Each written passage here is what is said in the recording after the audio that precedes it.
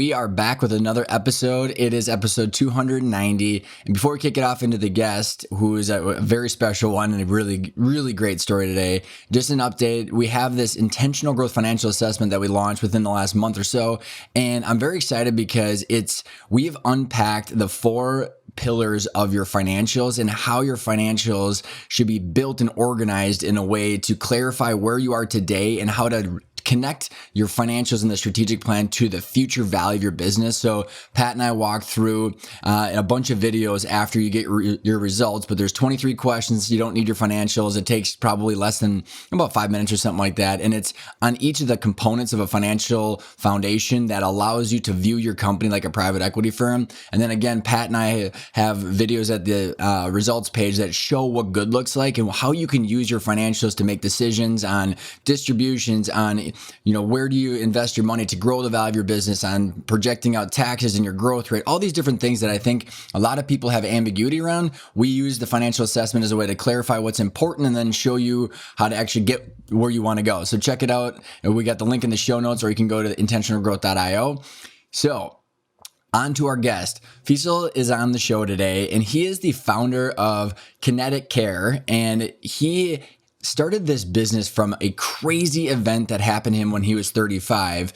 Well, long story short, and you're going to be able to get into it in this interview, Feisal was able to leave the family business. He was a third generation of an entrepreneur family, and he created a business with his brother and some of his family members where they scaled this company internationally to over 10,000 employees in over 15 countries by the time he was 35, where he got some very, very unlucky news about his diagnosis with cancer. And so Feisal is going to walk us through his entire journey of building this business. And even though he didn't drink, didn't do drugs, didn't even drink coffee or tea, he ended up with this cancer that no one could figure out, and how that shifted his entire world paradigm for how he viewed the business and how he was able to get rid of the business unbelievably fast because of the work that they had done ahead of time. But then what this journey did for him and how he recalibrated his priorities and why he decided to stick through this and conquer this challenge that most people would have probably crippled them and myself. So I am extremely excited for you to listen to this episode, because I think we all assume that nothing bad is going to happen to us while we're on top of the world, conquering our business, conquering our marketplace, or whatever it is. But we know that we have to realize we're all mortal, and what are we doing today to make sure that we're living the best life that we have? So this is a combination of an awesome business story, but then an awesome journey through some challenges that I don't think any of us would ever wish on our worst enemy. So thank you so much for tuning in, and I really hope you enjoy this interview with Feisal. Feisal, how are we? It's evening in Minnesota, and it is, what time is it actually there? It's 9:15. Are you in Hong Kong today? Is that okay? Yeah, I'm in Hong Kong and haven't had my workout. So we're supposed to do an audio. Now it's turned into a video. So I'm still. I was going to say wearing my workout gear. We're gonna tell the audience it's Sunday night in Minnesota, and you're gonna hit the gym after this. So bear with us in our physical appearances if you're tuning in. Well, the gyms are closed, and I don't go to the gym. I use my own little space within the apartment. We're having a good experience with COVID now, the real experience. Experience. We haven't had a real experience in Hong Kong yet. Now the party starts. Oh. Yeah. Well, you close your eyes these days, and wherever, as long as you're jumping up and doing jumping jacks, you can have a gym wherever you want, essentially, at this point. So I have to say, I'm so excited for this conversation. You and I have had a couple conversations, getting to know each other, and you have just one wild background. The reason I asked where you are today, because when you told me your background, you were like, just were ping-ponging countries like I would do in cities that are within like 10 miles from myself. So why don't you just give the listeners just a flyby of kind of the overarching, how you got to where you are today, what you're doing, and then we'll go back, and I really am excited to hear some of the earlier stories before your life dramatically took a turn. All right. So, I mean, that's a lot you just asked. I don't know how you want to slice that up. No, I think let's just slice up where they understand a little bit of background, right? Mm-hmm. So I'm of Indian origin. I'm Gujarati originally. But my father and myself and my brother born in the Congo. So we're born in the Congo. Because it was the Belgian Congo, the head office was in Belgium. So I grew up in Belgium. Then I went to boarding school in Canada, outside of Toronto. Then I decided to go to university in the US. So I went to UPenn in Philadelphia. And as you know, most Wharton grads, we either go into consulting or into investment banking, and those who played safe go into accounting. Okay, so I love it. so I decided to have a big ego and join investment banking. But I joined a French investment bank doing cross-border M&A, France, USA. I speak fluent French and I know French accounting. So I did that for a couple of years and realized that it was going to take 10 years to become partner. And, you know, as a entrepreneur who already started running their first business, fun enough, when I was 10 in school, I used to sell candies. I used to buy candies from the gas station and then sell them in school. That's so awesome. That I could invest in my train set. I had miniature train sets, and I still love firecrackers. So that was my business, to be able to afford firecrackers to blow up stuff. I was going to say, those had to have gone together, right? I buy the train, buy the firecracker, I blow them both up. I have to do it again. No, the train I kept, the stuff I blew up was not mine. Okay. So yeah, and so basically, I'm third generation. So my dad's generation, him and his uncle both had a heart attack. And unfortunately, his uncle passed away. That was in 1986. And this led to a hostile takeover of the company. And during that process, my father asked us what we wanted to do. And we said, look, we would like to raise our kids in the first world or quasi first world. And therefore, we would prefer not to come back to the Congo. And so it happened that, you know, the Berlin Wall fell. And funny enough, in 1981, we had gone on holiday to Eastern Europe. So all these places, Hungary, Czech, Poland, all that region, when it was still, you know, you went there and they had snipers everywhere, barbed wires. Like the real deal. And that was our holiday in 81. And my father had been doing business, you know, in Eastern Europe since the 70s. So he knew the train as a country, not what we ended up doing. And so we were looking for an opportunity. So we entered, so my cousin, my brother, and I entered into Eastern Europe, at that time Hungary, to set up our own clothing business. And that was after your stint at Wall Street, correct? Well, no. So I was still on Wall Street when they started. Okay, so I was still on Wall Street, and my cousin moved to Hungary, and we started first secondhand clothing, and then moved to textiles, and then became over time the largest non-food distributor to the hypermarkets, and then over time the largest licensee to Disney, Warner, Cartoon Network, the football teams in the region. So Hungary, Czech, Poland, Romania, the whole region. We just didn't go into, at that time, Russia, because of protection, and you know, it's a different world, right? We prefer to stay low key and not expose ourselves into situations that could end a little differently than we would like, to put it politely, right? So I volunteered to move to Hong Kong, and I did so in April of 1992 to set up the buying office for the Eastern European operation. And at the same time, decided to start trading in sub-Saharan Africa. So you take the equator and down, and all those countries. So I went and I selected one client per country and build the trading business into those countries. So that's the background of how we ended up Hong Kong, Eastern Europe. And at that time, my brother was in Western Europe. He was in Brussels, Belgium. Also started a clothing company. That's and I know, because you have such a multidimensional story, I was thinking about this conversation all day, and I'm like, I don't know what ground we're going to cover, because we're only going to have like an hour. I think you should just keep going, and then we can go back and we can talk about some of the crazy things that you were doing in the business, because even like the micro stories you were telling me as we were just shooting the breeze on the call, I was like, yeah, you were doing some stuff in these different countries that I think a lot of people, when they think that they've got challenges in business, I think you've probably had slightly different versions of challenges. But What as you were growing the business, what maybe, cliff notes of some of the milestones, and then you had this big awakening that I think a lot of people listening in, when they're thinking that the business is going to be like, I'm going to die in the, the corner office. No one really wants to, but that's kind of like a phrase. But you had some interesting challenges that I think we should cover, and then we can go back and unpack some of the different parts. Well, yeah. Look, I mean, we started, at a fantastic time in terms of the world, right? Eastern Europe had just opened up, so it was carte blanche. You could build whatever you want. Just to remind that, at that time, H&M and Zara and all the other players did not exist. So fashion was basically for the wealthy, right? In the sense of colors, like you were only fashionable if you're wealthy, right? Because the brands were the ones who were able to have that. And our mission ended up becoming a mission to democratize fashion. Oh, right? super So cool.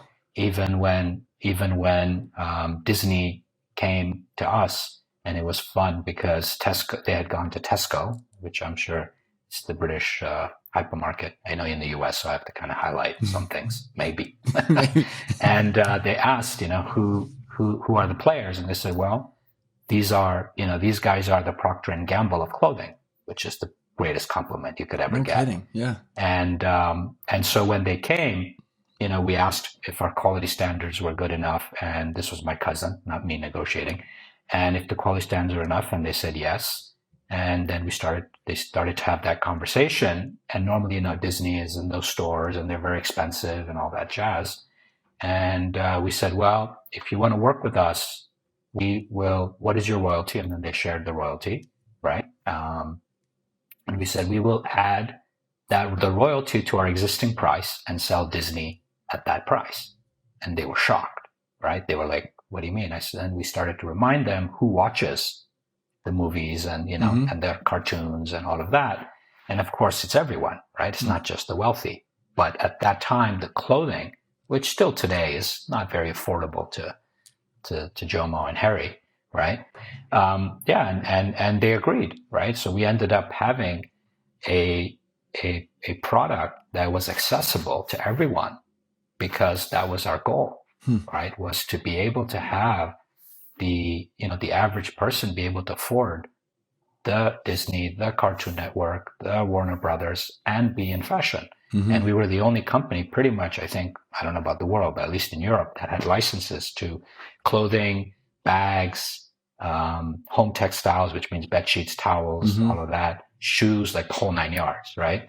Because we played above board, right? So remember, this is a long time ago, right? You were, I don't know how old you were. I think you were hopefully not wearing your depends diapers, on what part of the 80s you're referring to. I was either 90s, non-existent or just like puking all over my parents. Full disclosure, I'm 35, which is a number we're going to get back to in your story. Before you keep going, I wanted to ask you, like, third generation family business and highly intelligent individual, because you're in Morton, you're now in Wall Street. What was your driving why? Like, what was driving you? Like, that was definition of success, and especially as you're working with your other family members to grow this. What was it that was driving you?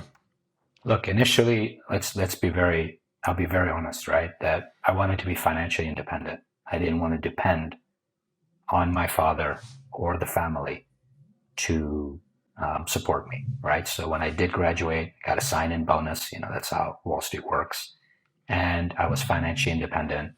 Unlike my friends, I lived in my own apartment. I didn't share because I stayed in rent control, which, if you know New York, that's much more affordable, right? And I used to be able to walk to work 20 blocks from my office, right? So I was on 59th and Park. So initially it was about being financially independent. So even in this case, my father was kind enough to give us a loan and not ask for shareholding, right? So he gave us a loan of 200,000 US to start Eastern Europe, Hungary specifically, and 150,000 US to start Hong Kong. So the drive initially was to be financially independent, right? Without depending on this, extremely successful father, family, etc. And And then obviously, like you heard, right, the first step in Eastern Europe was, we started a brand of clothing, but then over time realized the discrepancy, right, between the have and the have-nots. Mm-hmm. And we said, look, we're going to do our part to democratize, right, to make things. And even when we, I'll fast forward, when we went into Africa, which was from 2000, the mission statement was to bring to the third world what the first world takes for granted. Oh, super cool. Right. And again, that was really about bringing accessibility and improving quality of life, but making it affordable. Mm-hmm. Right. And I'll pinpoint to that, just if, sorry to interrupt you, is the fastest negotiation we ever had on a product. And I'm talking about now Africa. Okay, to bring into any of the countries, and I'm talking war-torn, so I'm talking Angola, Congo, Sudan, Burundi, okay, all civil war. Mm-hmm. I know you're maybe in school at that time, so I don't know how much you know about it, but these are the CNN, top line story countries, right? The fastest was 9 months.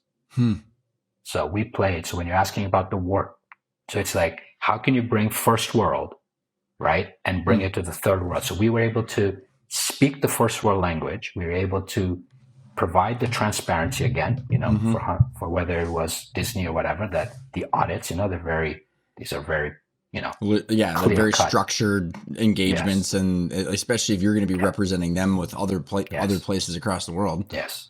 So the thing is that we understood, we were able to speak the lingo. We learned their languaging quickly, right? Because, they all have words they use that, nobody's heard of.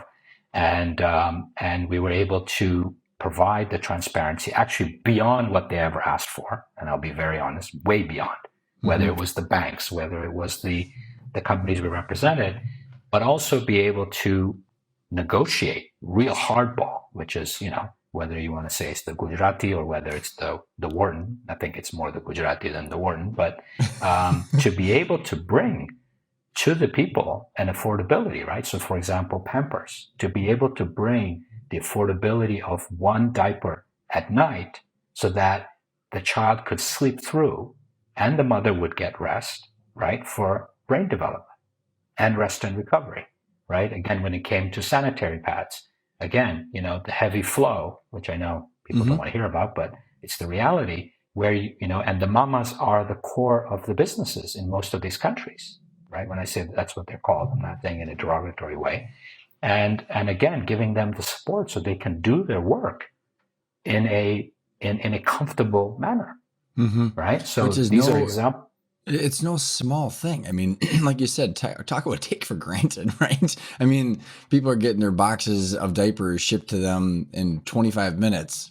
Because of Amazon these days, they're not used to not even, it's like not a question of, am I going to have that? It's more of like, when can I have that?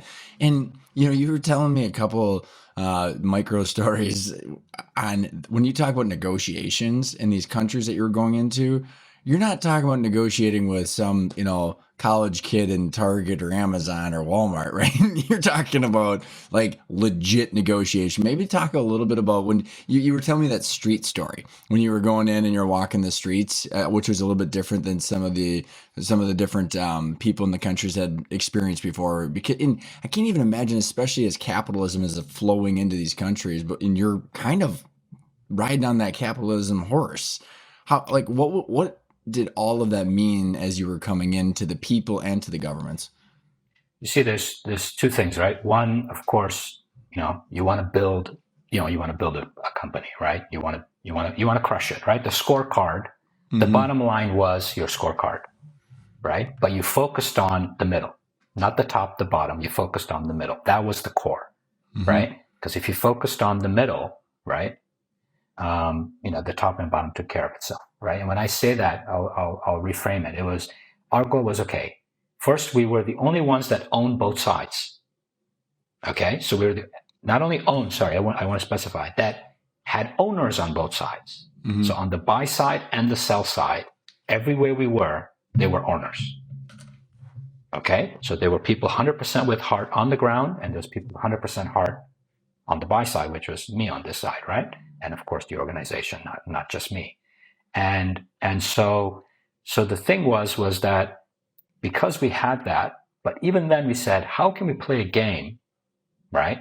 Game as in the game of business, right? Where they're not able to compete. And where do we focus that they're not focusing on? So what we did was we didn't focus in the main cities. And I learned this from my dad, and I'll give you an example of my dad. So my father set up a matchbox factory, the old days matches. Okay. So he sets up a matchbox factory, and the main factory is owned by the president, right? Oh, geez. And one of his, which, that's not some like slight competition there, right? Okay. And then you have his friends, creating consortium to also set up one, right? So they call him, they say, what do you think? And he said, not a good idea, right? And of course they're thinking, oh, he doesn't want us to come and become his competitor, right? He's like, okay, whatever. And then you're in the big city, which we're in Kinshasa, the big city. And everybody's like, oh, he failed. Like he's failing, right?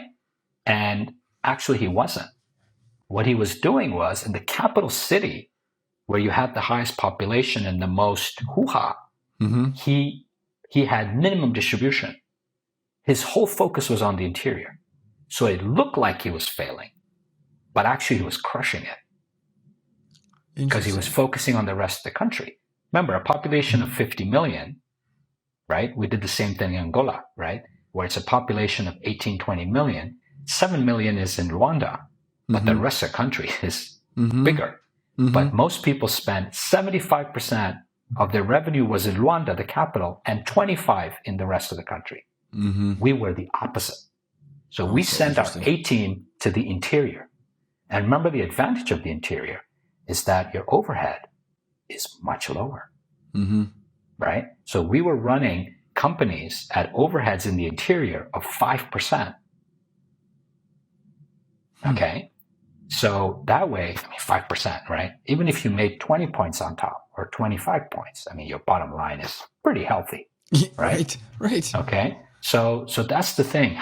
So the strategy that if you're asking, if there's people running businesses, how can I play a different game? What are they playing that I have no chance in, right? In our case, it was they're on the ground. They've been there forever. Funny enough, in the Congo, my dad's former company was one of our competitors, right? Which is pretty hilarious, right? That is good. Told you I'd be independent, Pops. No, but they don't. My dad didn't own it anymore. Remember, it was a hostile takeover. So that's right. Yes. It's his cousins. But and that was for 5 years until I got sick, and so that's the game. Is that okay? How do I play? So that was one part, right? That you strategize and focus where they're not focusing. So when they were focusing on the capital, we were focusing on the interior. When they started to focus on the interior, because they started to realize that, we're running out of upside, then we attacked the capital and then balanced out 50-50. So that's how we played. Yeah. So there were cities in the Congo, one city called Lubumbashi, right? Where everybody was struggling because it was, remember, Congo is big. So it's one country, but it's influenced very differently. So the West is very different. It's very European style. The East is very East African influence. And the South is very South African influence. So what works on this side doesn't work on this side. So you need a completely independent thought process for the East, the South, and the West. If the people are controlling it, sitting in the West, which is a capital city, not going to work. And so because of that, in a city like Lubumbashi, we were crushing 7 figures.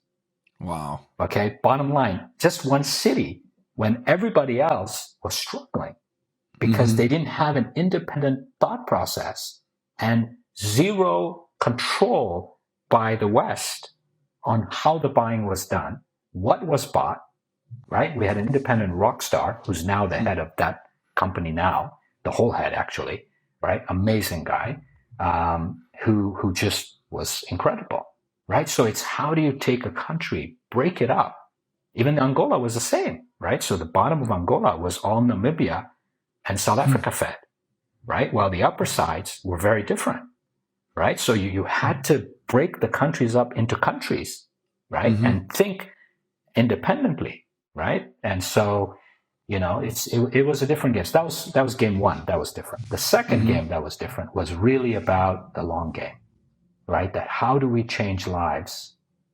How do we improve quality of life? How do we bring the affordable while the unaffordable and make it affordable?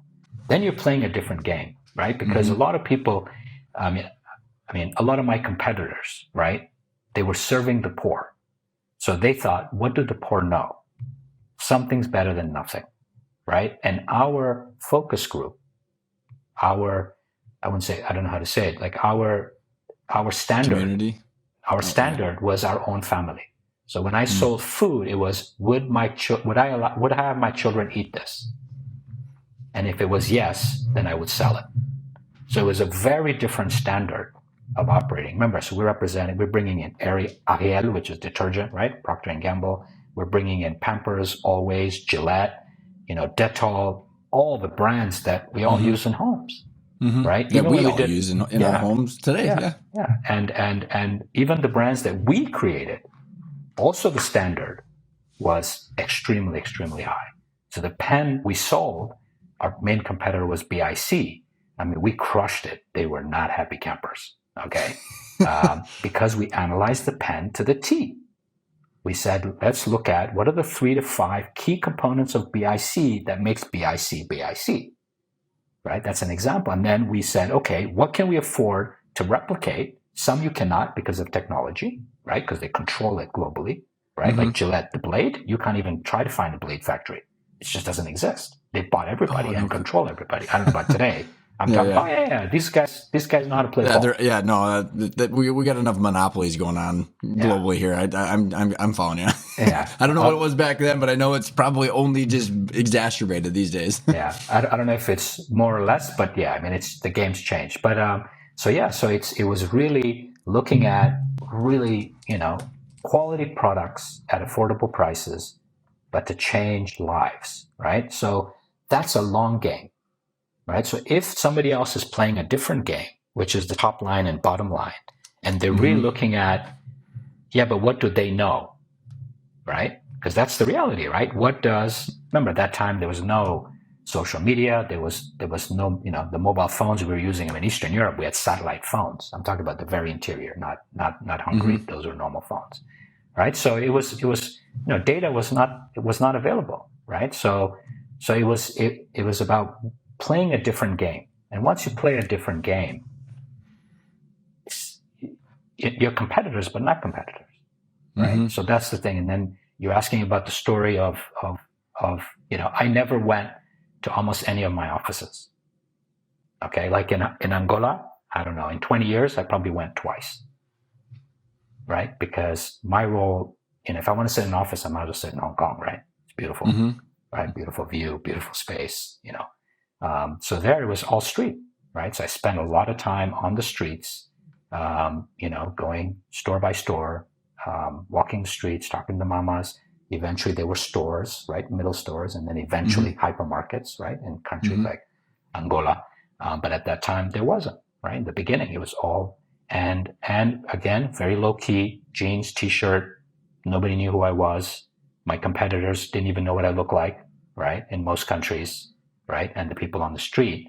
I mean, I was telling you the story where the guy, I haven't been to Angola now for 2 years and, we've sold the company, but till the end, didn't believe I was the owner. He was like, which crazy owner would come here in the middle of Lubangu in the market every 4 months and talk to us? Like, so funny enough, right? He's literally saying to my face. You're truly listening to the people.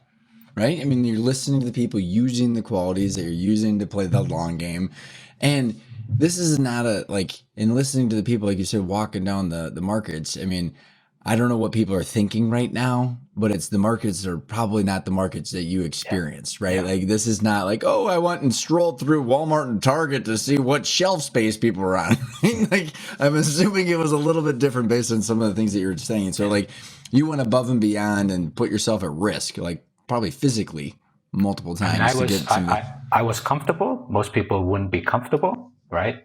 Obviously look, I'll tell you a story. When I was trading in Uganda, I walked in to the market in Kampala, and this young kid looks at me and he says, obviously Idi Amin didn't do a good job, right? Idi Amin was the one who kicked out all the foreigners, including the Indians. And here I was an Indian in a market, the ratio is 5,000 to 1, right? Or basically I was probably the only the guy, right? Yeah. And he just looked at me and he said that, and I just looked back and I smiled. And then I went and I worked with the mamas like I usually do.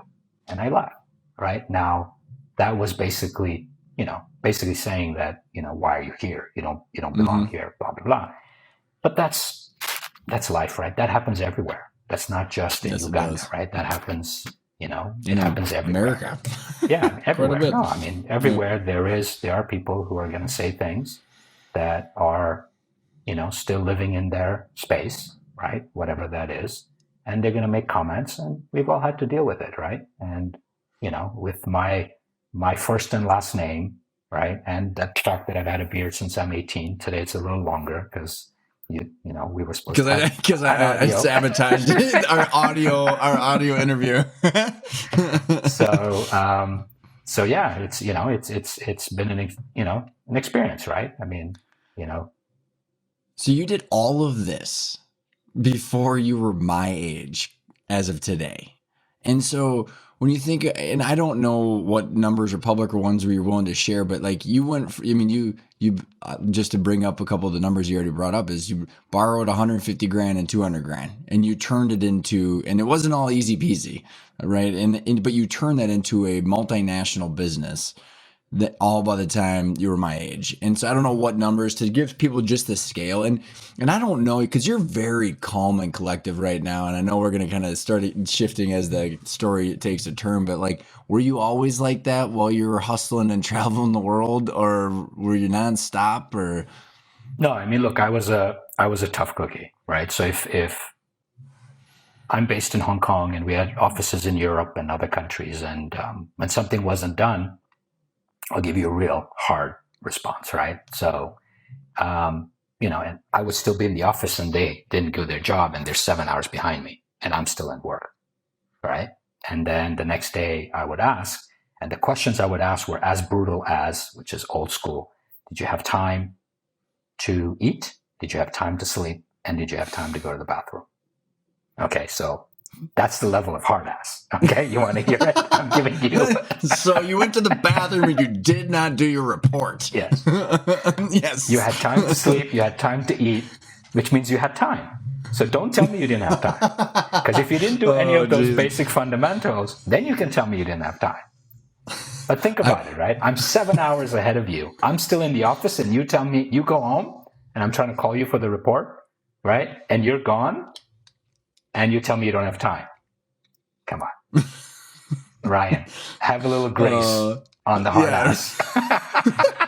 Oh, that's awesome. And you were telling me also, like, when you were in more recent negotiation, that someone thought of you as kind of this, Buddhist, kind of just hanging and just nonchalant, and then you start talking about some M&A and like, they don't know what they're dealing with here. No, it's just my team always laughs, right? And the thing is, I've been here 30 years and 98%, which I know, HR wise or government, wise, I would get, a lot of trouble. I've hired women.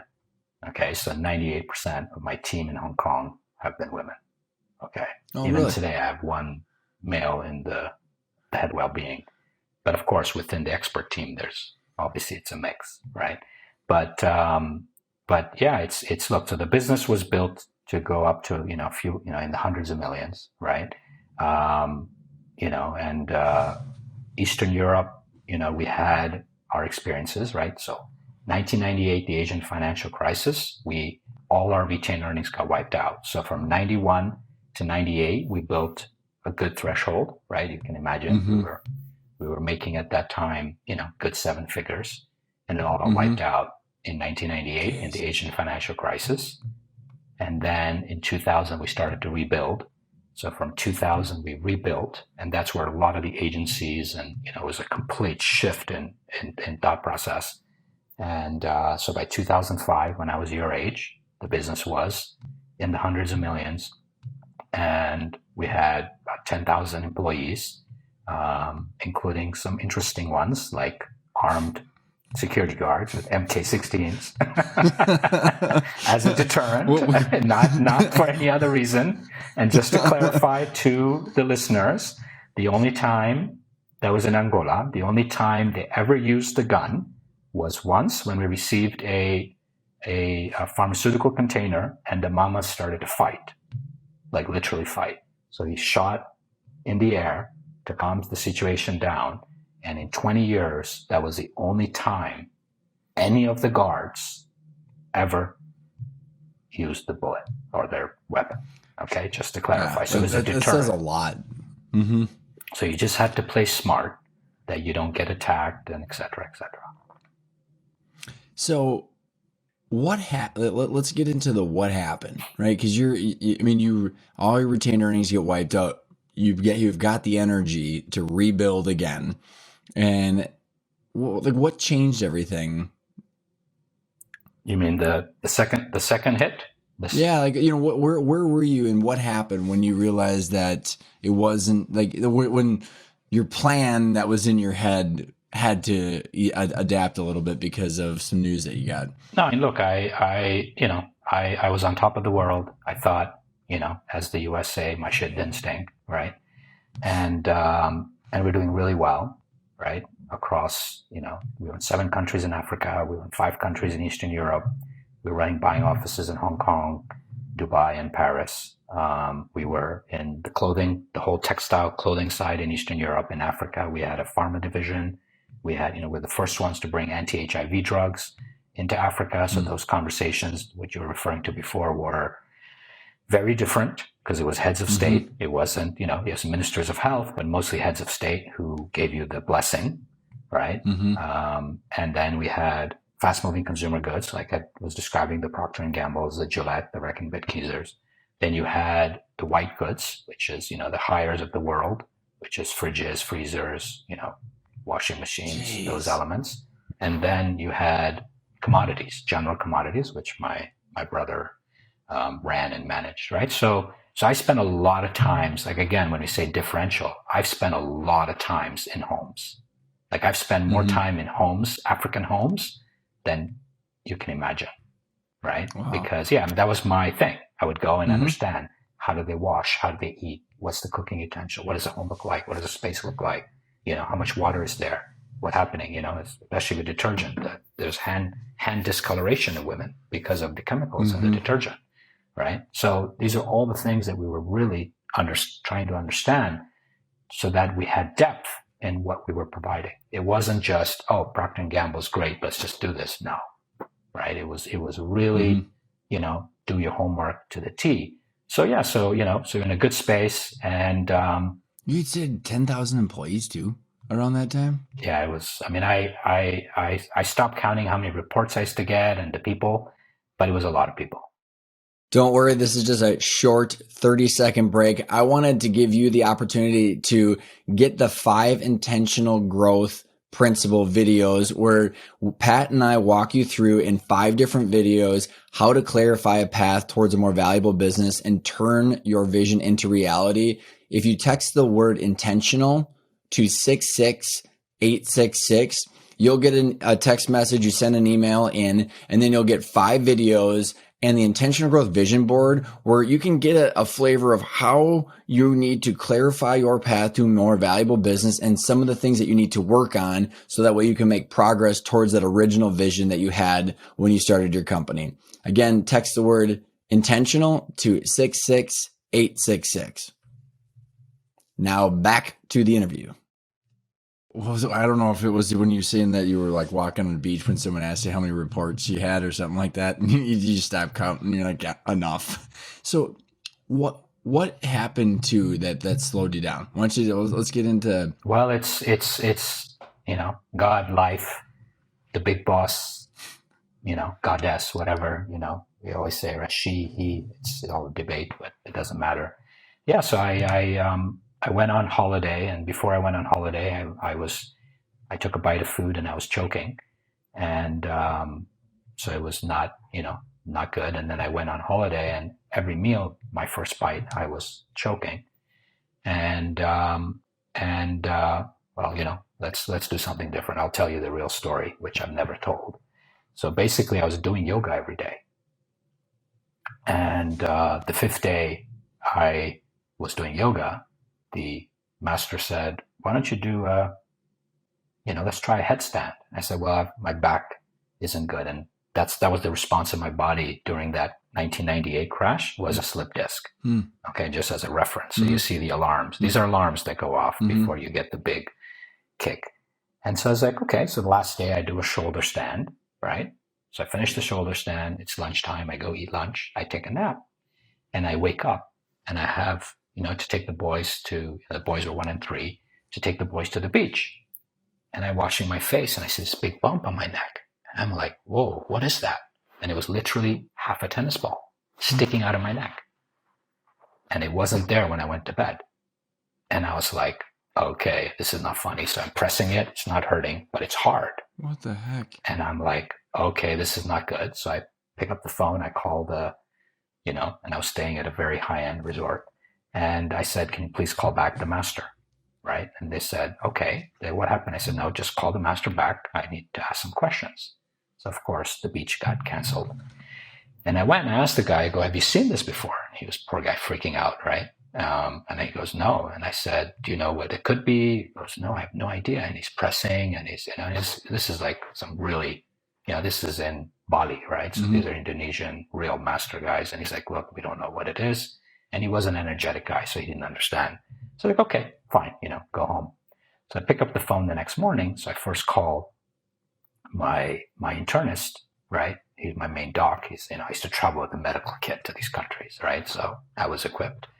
And I said, look, I'm swallowing and I'm having issues. And, he goes, look, I'm going to be out of town. When you come in, we'll do an endoscopy and a colonoscopy, right? Because at that time, again, what pilots and truck drivers have, it's fissures. And that's what I was experiencing. That's because I took so many long haul flights that's what happens. When you stay in stationary for too long, you can develop a fissure, right? And which, again, I'm not a pilot and I'm not a truck driver, but you can imagine the flights, right? Yeah, It's a lot of flights. And then I called my orthopedic surgeon, right? The slip disc guy. And I go, look, I don't know. I went, I told him the story, and then I told him about the neck. Of course, at that time, there's no video. And he said, you got two scenarios: a hematoma, which is a blood clot, or it's a tumor. But he goes, I've never heard of a tumor coming out in such a short time that you go to bed and there's nothing, crazy. And you wake up, 90 minutes later. And so that's why yogis ask you to do, it's anti-gravity. Anything that's not serving you will express itself. Whoa. And that's actually what happened. So I went back, and again, I'll be very honest that I've, again, not said this, where I was actually misdiagnosed. So what happened was that I wasn't able to go to the hospital I normally go to do the CT scan. And I went to a different hospital, and obviously I found out later, the radiologist wasn't paying attention and confirmed that, I had 10 tumors, and the guy didn't see. There were 3 in your face. And and unfortunately, the orthopedic surgeon didn't look at the images, which was the last time he ever did not look at images from that day. So they said, and then in the endoscopy, colonoscopy, they're going in, and the tumors were around. So the tumor was outside the esophagus. Golf ball, tennis ball size shit in your body, and you got all these doctors that just like, nope, you're good. I mean, like, what? So they said that I had a hematoma, and guess what? Then I traveled. I went to Mozambique. I went to the Congo. Then I went to Mozambique. Then I went to Angola. Then I went to the Congo, and I was running out of gas. Like because I was working 16 hours a day, no problem. And I was with all these multinational guys, and they're like, Feisal, are you okay? Because I was running out of energy, right? And even that holiday I took, when I came back, they said, Feisal, you've lost weight. And I had lost 5 kilos in a week. These are all the Feisal, was signs, it right? still in your neck? Like, could you still physically see Yeah. it? Yeah. Now you mean, or you No, mean no. then? When you were traveling around, like you're just Yeah. saying, yeah. Yeah. So I would wear a shirt, and I would like kind of wear, I remember I wear t-shirts. I started wearing shirts to the trip because I had to kind of cover it, And they gave me a pill to eat 30 minutes before the meal so that the esophagus would relax, right? Because of the reflux. So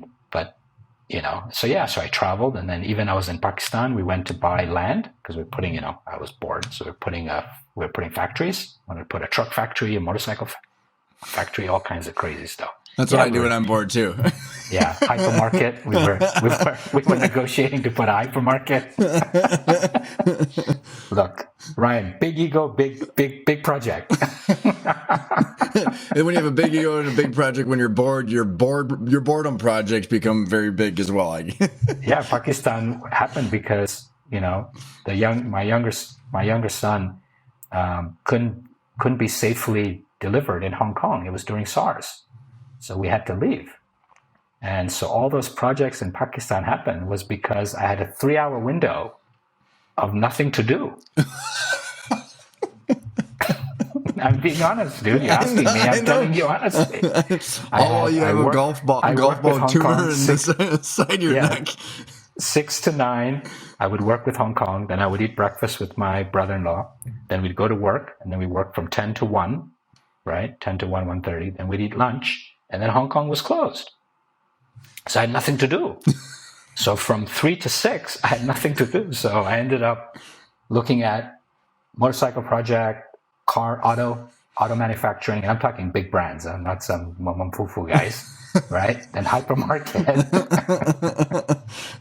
We can laugh now, but this is the truth. I was going to say, you're laughing now, but you're also kind of like, oh, we know how the story turned. So I went on this trip, then came back, and my energy was dropping. And then I just, I moved homes. I could barely sit for an hour. I couldn't work. I couldn't do anything.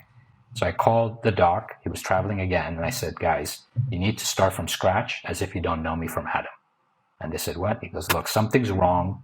So I literally wrote the order on my carton in the bedroom. Like I wrote, because I knew by then with all the stuff I was, what to do. Then I went I had my last lunch. I call it last supper, the last lunch, negotiating a hypermarket for Pakistan, okay, in a private club with some big boys, okay, actually called Dairy Farm, some of the biggest guys in Asia. And then I took out my jacket, whatever, and I went and I did my, blood test, x-ray, whatever. And then I went to the other doc, from there, because they're the same building. And he says, oh, Feisal, you called, the other doc, right? He goes, you called so-and-so. And I said, yes. He goes, Feisal, you're, unnecessarily stressing out, just take it easy. This is not what you think, just da-da. And while I'm talking, and then there's a knock on the door. And there's the nurse from the other clinic. And I'm like, okay. She goes, doc, you need to see this. And he's like, okay. And it takes out the x-ray, puts it up. And this is, and he's a white guy. His face turns white. Okay, so he's like see-through. And I'm like, okay. And I look over and I go, doc, where's my lung? And he goes, we have a problem. So I had a tumor the size of a Rubik's Cube that was pressing against my lung, and my lung had collapsed. Holy shit. So that was the big tumor.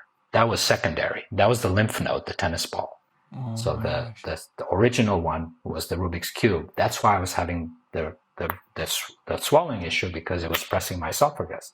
So it was against my esophagus, my spine, my heart, my lung, and one lung had collapsed. And then so we did a PET CT the next morning.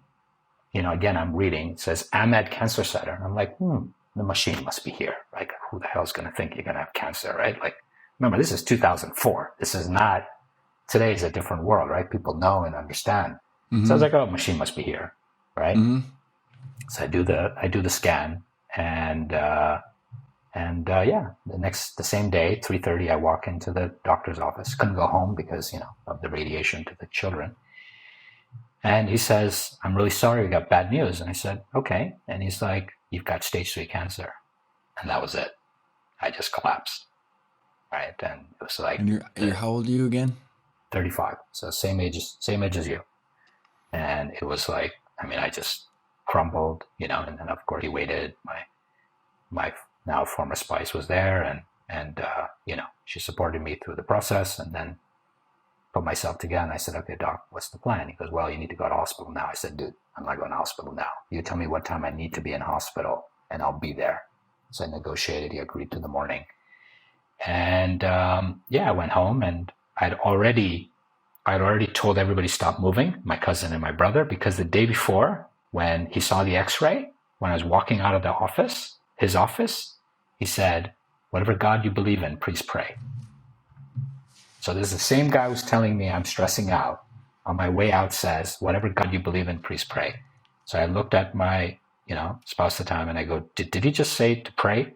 She goes, yes. I said, okay, tomorrow it's not going to be a good day, right? Because which doc tells you to pray? And so the next day wasn't a good day. So anyway, so that's and what I find when I was looking at some of your story too, I think it's important to note, I mean, you weren't a drinker at all. No. Or never done drugs. So kind of walk through that too, like why it was more uncommon than you would have even thought, because it just all the things shouldn't have been based on what we think we know. Yeah, look, I get a checkup every year. Like I said, I travel with a medical kit, so I know the drill. I had the top internist as my doc for, at that time, 12 years. Okay, I mean, he's the dude, even for SARS, he was the main advisor.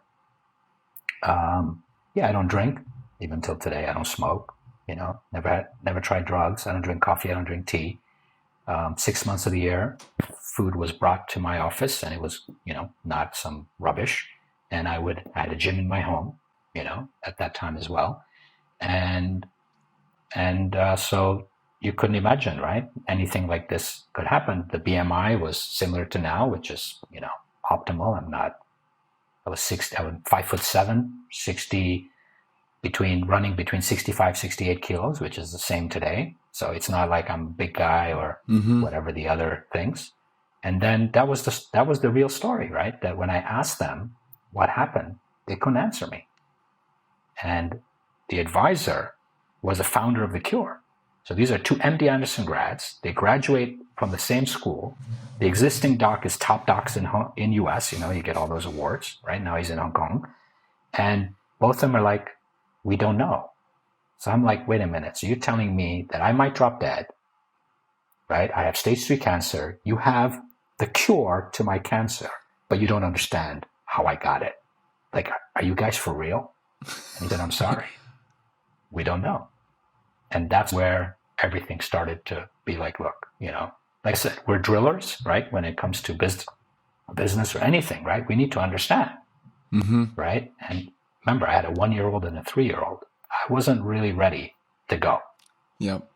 And I want to get into, depending on how much time we have, a little bit of how your business works today and how you're trying to change things. But before we do that, so I want to know, like, what happened and what was it like having your paradigm shift that fast, where I'm crushing it, I'm on the top of the world, I'm trying to not only help people get goods and services that they couldn't get before, I'm making a bunch of money, proving to my family, like the narrative that you were probably working off of in the underlying operating system, and then all of a sudden the rug is just like whoosh, and you're just completely thinking about the world completely different. What was that like? So look, I can tell you the advantage I had, which the docs, obviously, I negotiated even my chemo. So they gave me 1 round every 3 weeks, and I pushed to get 5 rounds every 3 weeks, because the probability of the probability of survival was pathetic, right? I wasn't, like I said, I wasn't ready to say goodbye. Right? So I ended up having 5 rounds every 3 weeks for 20 rounds instead of having 1 every 3 weeks, right? So I can tell you the advantage that we had was a few things, right? Number one, I had created a foundation, which is the equivalent of the US Trust, when I was 27. Okay, so we were prepared, number one. Number two, we didn't run the business top heavy in the sense that, yeah, we were the ones doing all the planning, the strategy, all of that. But like I said, if a negotiation takes 9 months, not the clothing side, but the other side, we have a pipeline, right? It's not like, at that time, the 1 year was done, the 5 year was done. I know the 5 year is irrelevant today, right? So the handover was 5 minutes in a hospital room. And then again, remember, it's a family business. So there's my brother and my cousin who were handling the other side, but they're still there, right, as backup. So you have a different scenario. But the key is that our role is in Africa, in these countries, is crisis preparation and crisis management. Remember, at any given time, one of those 7 countries were in turmoil. So for us, I can walk into an office in the morning and have to block thousands of containers within a day, and that's just my day. Do you understand? So it wasn't like we were not prepared. And again, we're going to countries and operating in countries that are very different, right? They're very challenging, right? So that, I know it's a different context. I'm not trying to say it's the same, right? Life and death versus this is different, even though we've had to leave countries for our safety on 4-seater DHL airplanes. Okay, so we won't go into that story. Okay, but so don't think that everything's been hunky-dory, all right? So that was the blessing, that because of, that experience of hardship, of preparation, there was a lot of calmness, right? But what was not prepared was to die, right? So that preparation, again, I would then do PET CTs, right? So every 5 rounds, he would do a PET CT because the marker had to go down by 90% for it to be successful.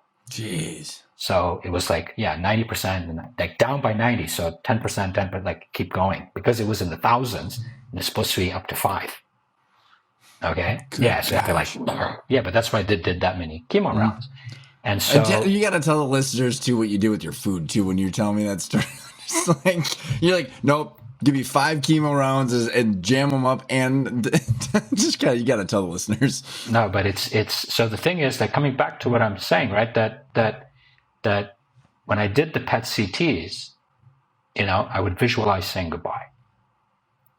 Okay, and I was able to bring myself. It's 20 minutes, right? When you're in the machine, your hands up in the air, you close your eyes, because it's like it's bigger now. The donut's bigger. The donut was smaller in those days. So you feel kind of suffocated, so it's better to close your eyes. And now you stick out. In the old days, you didn't stick out. So your head wouldn't stick out now, at that time. So, yes, I would visualize, and I was able to say goodbye to my cousin, my brother, my parents, my spouse, right? But when it came to the kids, my body would not even let me go there.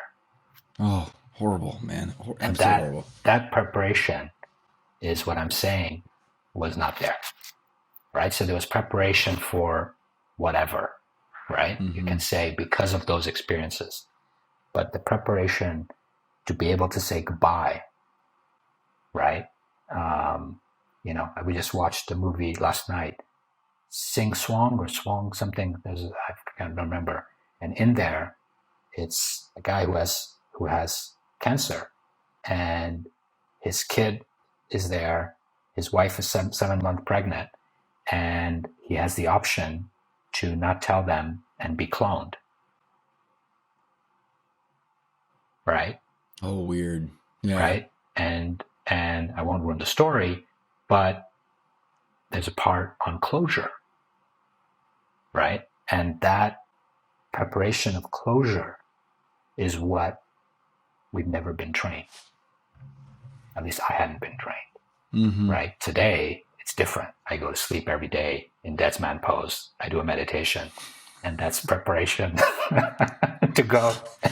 Here I am alive, but I'm just gonna show death that I'm gonna give it the big middle finger, because I'm just gonna lay in the dead man's pose while I sleep. I lay in dead man pose. I do my meditation, and I go to sleep, because who knows if I wake up tomorrow, right? So it's a surrender that's very different from before, right? Before, that preparation was not there. So to answer your question, the wake-up call of preparing the things, right? The paperwork was done, everything was done. But I never imagined that, we imagine accidents may be happening. And that's why this preparation was done, right? But never imagine disease of this nature. And again, right? I mean, I was grateful that it wasn't a heart attack and I just dropped. It was cancer that gave me time. Gave me time to say I'm sorry, gave me time to think through, gave me time to prepare, right? Of course, it was hell. I can't say it was a walk in the park, right? It was literally living hell. I spent 10 months in and out of hospital. I had 20 rounds of chemo, 3 surgeries. It was not a fun experience. But the paradigm shift happened, right? Where things changed very quickly. Go ahead, sorry. Oh, no apologies. I mean, it's the reason I want this story to sink in is because I think, like you said, we're all kind of running, and like I don't know if we all assume, because first of all, we don't talk about death that much, and it's really interesting because just a small data point is, stoicism, and I've kind of scratched the surface in some of these topics. And Benjamin Franklin, one out of every third thought that he had was, I could die at any moment. It's just kind of this weird calibrating effect, or reverse or live life backwards from your eulogy. But then you just kind of then it becomes almost like this part of your system, but you're not anticipating it to actually happen. And you were so young, Feisal, that now look at how much time you've now got. And a complete different mindset. I think the people listening in about growing these companies and making the impact and all the passion that you had too, how do you balance the two? And maybe kind of getting into a little bit to some what you're doing now, but I think it's difficult for people to be able to experience some of the success that, today's world teaches us that it is, owning a business, growing it, but then also being happy, man. And how many people have been on this damn show that have a, ridiculously large Charles Schwab or Fidelity or TD Ameritrade account, and they're miserable. And so how do you wrap your head around that concept? I didn't feel I was miserable. I didn't think I was miserable. Okay. Was I present? Physically, yes. Mentally, no. When I look back and they show me photos, there's a lot of photos of me with a kid in my arm, my own kid, of course, and I'm on the phone. Oh. Okay. So remember, it's a level of consciousness, a level of awareness of where you are, right? And I think, to answer your question of what was missing, right? So today we run a company where we look at health and well-being, right? And we focus on integrative health and well-being and integrative family dynamics. And I think what's on the health and well-being side, you're looking at the physicality. And when you look at the physicality, you're looking at nutrition, you're looking at movement, you're looking at sleep, you're looking at gut health, which is something that was not there. Every time I was stressed, my stomach would go. So the gut was not strong, right? Sleep was compromised because it was a 6-7 hour jet lag. I would sleep on the plane at the sleeping time of the destination. So when I'm leaving Hong Kong, it's a 6-hour time difference. I would go to bed at 3 a.m. on the plane so that I'm sleeping already according to destination. Jet lag was not an option. When I was traveling and when I was, versus when I was home, like I said, I would have home food delivered, right? And I would work out. When I was traveling, I did not work out. Remember, at that time, the hotels didn't have fancy gyms. And in the countries I was in, if you went jogging outside, you would not come back. Okay? Now, of course, at that time, I didn't use my brains to have jump ropes and do all the basic things, right? Then when it came to, then we really look at, the brain health. We look at DNA, epigenetics, right? So you're looking at physicality with a much broader lens. But then we look at mental and emotional health, like what's going on here and what's going on here. So in that space, right, it was, and then beliefs and patterns. So, we were told that 9-to-5ers are losers. right? That if you didn't work 12 hours a day, you could never become someone. So we worked like dogs, right? When in Hong Kong, when Saturday was half day, but it was really a full day. We never went home before 3 or 4, right? When we started to decide to do alternate Saturday, it felt like I was doing a crime.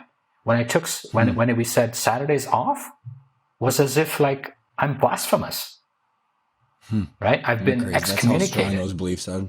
Yeah. You see, so when it came to work ethic, right? So you really were driven to work like a dog, right? But again, on this side, there was a lot going on here.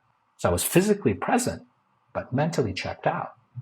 But when it came to that space, as the core CEO, I didn't have like today. You have all these coaches and mentors and support system, right? I didn't have that. So when I was crumbling, when I didn't know what to do, when I wanted to cry, when I wanted to ask for help, I didn't have anyone. Now, maybe it's 2004. It's an excuse. I was not geared and I didn't do it right. Okay. I take full responsibility, right? But I didn't have, when I'm having conversations with heads of state about anti-HIV drugs and there's a prevalence of 25% and I'm spending time in those hospitals when nobody even wants to go near them because they're scared that they're going to get AIDS. At that time we knew, because we understood the disease, that you're not going to get it by visiting, right? Your heart hurts. Like it hurts, right? Like you crumble. Like you come back home and you cry. And I say home, I mean back to your hotel. Because it's like, and you're walking and you're going to homes and you're seeing poverty. It hurts, right? So that's support to, it's great to talk. Oh yeah, I want to change the world and I want to, bring to the third world all these great things and I want to, democratize fashion. But in the process, you get to see things and watch things that are really like, wow. Like you're looking at suffering that it's just, you don't want to even go there, right? It's. Well, yeah, you can't even describe it, right? Yeah, so today when I see COVID, right? When I experience COVID versus what we had to see in those days, it's a different world, right? This is, it's sad, so there was no support for that, right? So the business side support, okay, I get it, would be helpful, but I think it was more the mental support, the emotional support, right? And then again, the unawareness, like on the third piece is the relational support, right? Of having support to understand relationship, to understand that it's, if you're going to bring leftovers home and just be a game time at work, you're going to ruin your marriage. So we talk about family. Say that again, because I think that the people listening in, that it's huge. And I think everybody struggles with that to some degree at some point, unless they're intentionally focusing on making it not happen. Right. So it's what I learned with, Robin Sharma, because afterward I started training everybody under the sun. And yeah, it's game time. That how do you, that they actually do rebounding, and we do meditation, whatever, but rebounding in between so that it's game time at work. And then when you come home, it's game time. It's not the leftovers. Because if you give everything at work and you don't bring anything home, if you brought leftovers to work, what would happen? Oh, I know. And the people that there's so many thoughts there, but like I think you mentioned that like there's a lot more coaches and a lot more resources these days too, Feisal, but like the problem is sometimes the narrative, what success is supposed to be like, gets exacerbated and potentially is worse because you have more information of like, you got to go, exactly. You got to work. And, you realize that if you bring leftovers at home, well, first of all, the person that gets screwed the most is yourself, because you end up like yourself, huge tumors in your body because your body's just given up.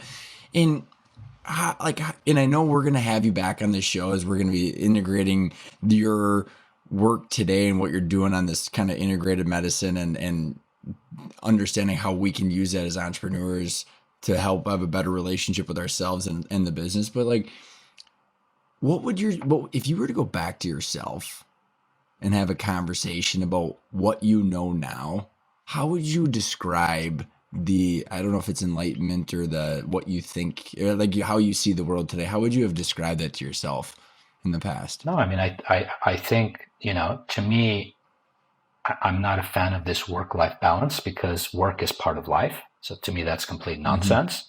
But I think it's about, I would seek help, especially on the relationship side, right? To really understand, the whole, the giving and taking and the difference between the masculine, the feminine, and within each of us, right? And really get that down, right? Then of course I would seek help, which I have. Dr. Shafali is the parenting coach that, she's based in New York, top in the world, and really understand, right, that the children come to this world to teach you the lessons you need to learn, right? But I think that I would surround myself with, and when I said coaches, I didn't mean the coaches I think that you're referring to, the executive coaches. I'm talking about, in my world, it's really mind trainers, that are helping on the meditation side, like really understanding how do I have all this adrenaline and all this, chemicals being released, right? How do I detox? Because what happens is, I was interviewed so basically I'll just make a short story. I was interviewed by Wall Street Journal. There was some very senior people in China that were diagnosed with cancer. And all of a sudden the corporate world said, the corporations are responsible, they're creating stress. So I went on and I said, I completely disagree. All innovation, creativity, and progress happens technically in a state of stress, because stress is being out of your comfort zone. The issue is not the stress. The issue is the inability to de-stress. So we have not been trained to de-stress. Therefore, that stress becomes toxic because it lingers. If we have the basics. So what happens today is I go to the gym, I release. I go to the gym, I release. That's what most people are doing. But the question is, how do I learn to change the meaning of what happens so I don't react, but rather respond? And that gym is not going to teach you. Pumping iron is not going to teach you. Meditation is the easiest way. Now, there are other forms. You could do yoga, you could do all kinds of things, right? But that's the simplest, fastest way, right? So it would be to have people, whether they're psychotherapists, whether they're mind trainers, whether they're, a different form of coach, right? And then, of course, to make the food habit and the workout while I was traveling non-negotiable, right? So it's a big it's a big list, but it would be surround myself with that, but at the same time walk the talk. You say family first. You say the kids and your spouse are the most important things in your life, but your video and audio doesn't match because two things don't lie: your schedule and where you spend your money. Where you spend the money was okay, but the schedule was clearly saying bullshit. And do you think you would add? Yeah. Do you think you would add one more to that? If we could read someone's thoughts, where you're at in your mind at any given moment too, which we could lie ourselves into oblivion. But like you said, going back to that picture with your kid, you're there, but your mind's not. And it's interesting, man. I'm so excited to jump into the next episode when we get you on for that, because I consider myself crazy lucky because I fell into some interesting good habits that my fear of not having those good habits, it was what drove me to keep them. I'm like, oh, I might be a total psychopath if I don't keep working out and doing these things. But it's interesting because I've been working out at lifting and exercise now, and running for, it's like 17 years, Feisal. And I just started doing transcendental meditation in the morning and in the evenings in the last 18 months. And you hit that detox comment. yeah, no matter how, no amount of running or lifting can get my head screwed back on the right way. And your heart. Still working on your it. heart.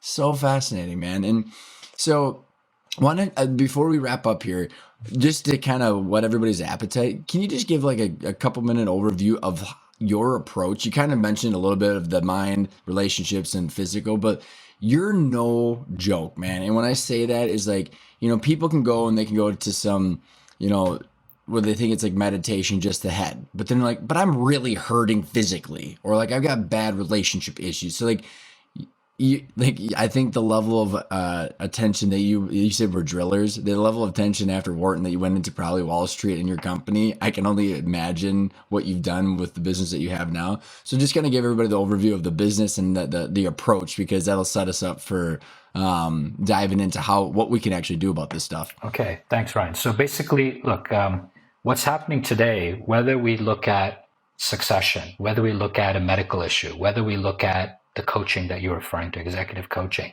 what's happening is everything's happening in silos and nobody's communicating. And there's no, in American terms, point guard quarterback, right? So what we've found most effective, like I say, we're business guys, right? So we like most bang for the buck, right? And when I say bang, I don't mean dollars. I mean time, energy, resource, right? And so the idea is that what we realize is that when you're operating in silos, there's a lot of leakage. When I say leakage, there's a lot of things that could be nipped very quickly if there was communication and coordination. So basically our approach, again, it's two key pieces. One is health and well-being, and one is family dynamics, right? They're both related, but they're there, and it's integrative. So our approach is to bring in a team of experts that work together, right? And we are at 30,000 feet able to see the whole picture and be able to share what's on a need to know basis, right, with them. So what happens is when we begin, like on the health and well-being side, you start with what we call 8 steps to self-discovery, right? So we do a health consciousness scale, right, to see where are you in the different pieces of health. We do a life stages assessment to see where are you in terms of human development, your relationships, and your impact. Then we begin the journey, which is 8 different expert reviews. So you've already had 2 experts. Then and there you look at your medical infrastructure, right? Really looking at you from a medical perspective. Historically, medical teams, medical records, all that 9 yards. Then we look at drivers of behavior. What is driving your behavior in terms of relationship, nutrition, fitness? Then we look at gut health, brain health, and sleep health. Then we do DNA and epigenetics, but again, only nutrition, fitness, sleep, and supplements. Then we get into the mental and the emotional. What's going on in this process, and how is this process impacting you in all realms? Then we look at beliefs and patterns, all the goodies we collected as a child from our parents or grandparents or in the family bleed through. Again, this is the epigenetics piece. Then we look at the relational side, where you're looking at relationship with yourself, right? Relationship with your loved ones, the story driving your life. My story was, am I good enough? Which is the story of a majority of people, right? That's one of the chapters in my book. And then we look at, alignment. Am I living in alignment, in my truth, in my authenticity, between my values, my talents, my aspirations? Am I living in truth? So that's a 12-week process of self-discovery. And from there, I get to see me, the whole human, from a physical, mental, emotional, and relational perspective, right? So this is a 360 that doesn't exist anywhere else, right? The 360s happen in their own little circles, right? So I've done the stages. I just did leadership circle, right? I did a 360 on me, which was quite a few interesting things that came up. We can talk about in the next I'm excited to hear. And then we do a similar process on the family dynamic side. So we begin, again, we do the human consciousness, we do the stages, right? To understand where am I in human development. Then we begin with individual dynamics. Who am I vis-a-vis the family system? Who do I want to be? And who am I expected to be? Then we look at drivers of behavior, but only from a relational perspective, focused on relationships, right? So again, who am I with myself, my loved ones, my spouse, my kids, if I have, and of course the family system. Then we look at communication. But when we look at communication, we're looking at nonverbal. Like here I am doing all these hand gestures. For you and me and the audience, it could be okay. But if I did that with the boys, who are now 18 and 20, by the way, it might be a very different response. So you're looking at the nonverbal, you're looking at the tonality, right? Because that is 93% of communication is non-gesture and tonality. Then we look at the alignment piece, right? Again, where am I? Am I living in truth?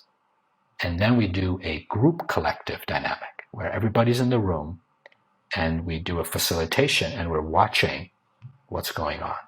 And then we create an individual report and a collective report. So it's really, again, going in to uncover.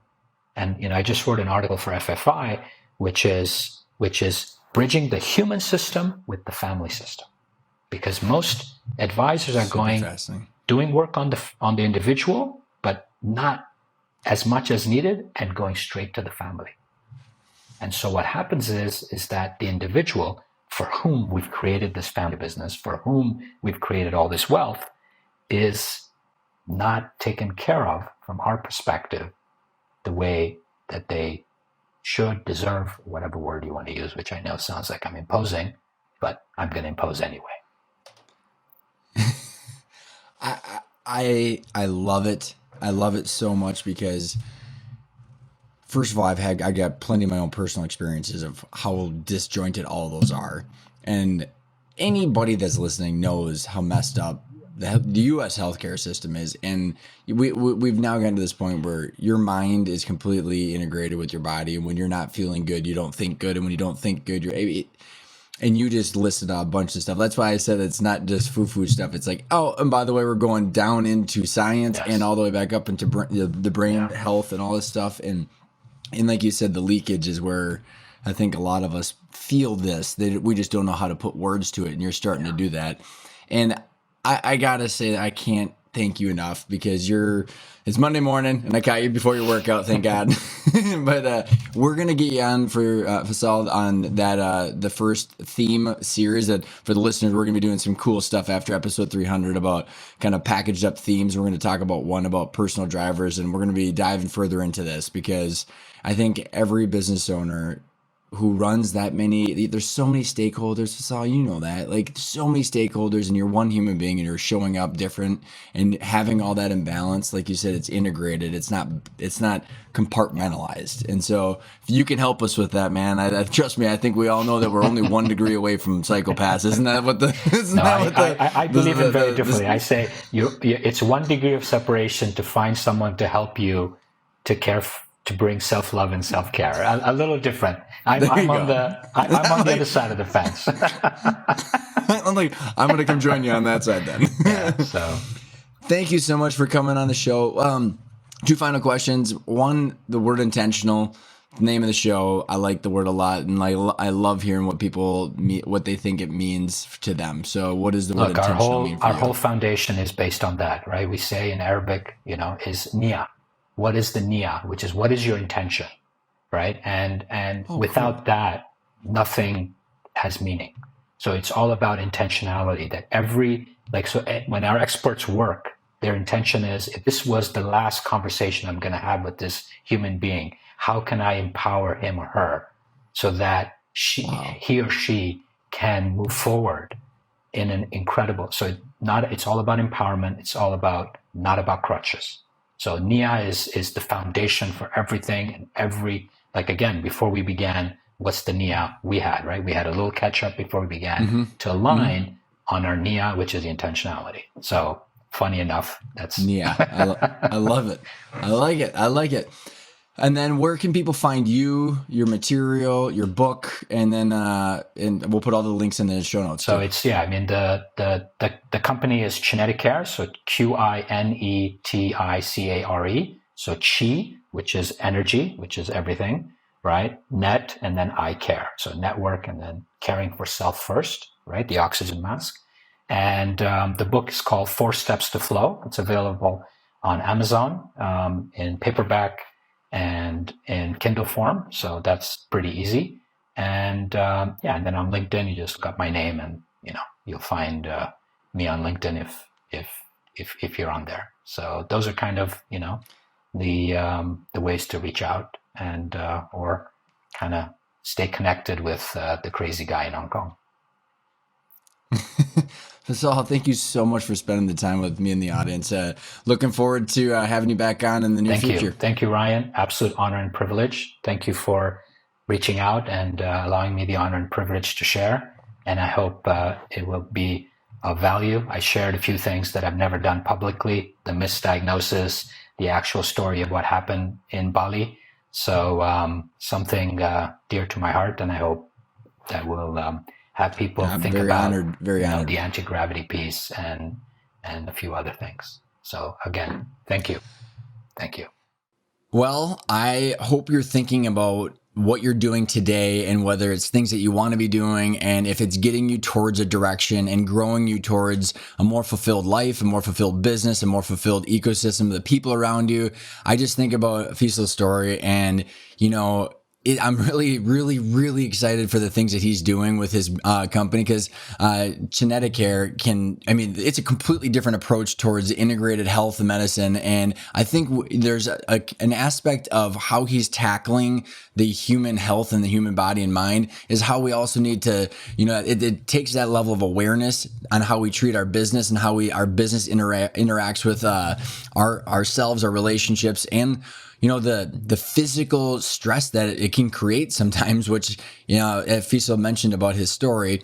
And I'm excited for people to tune in. And I think we're targeting around May or June when we're launching this new format of the podcast. We're going to bring him back in to talk about the relationship that you have with your business and how your identity and the relationship and the time that you spend in the business can truly impact your relationships outside the business, but your health and your wealth and your well-being. So I really hope you enjoyed this interview with Feisal. If you haven't checked out the Intentional Growth Financial Assessment that helps you understand where you're at today with the business and how your financials can actually give you clarity to bridge the roadmap to where you are for today and what that value is that you want long term, so you can create the choices. So, if something happens like what Feisal's talking about, you can pull the trigger and you can still get what you want and focus on dealing with the hard things that are in front of you. Thanks everybody for tuning in, and I will see you next week.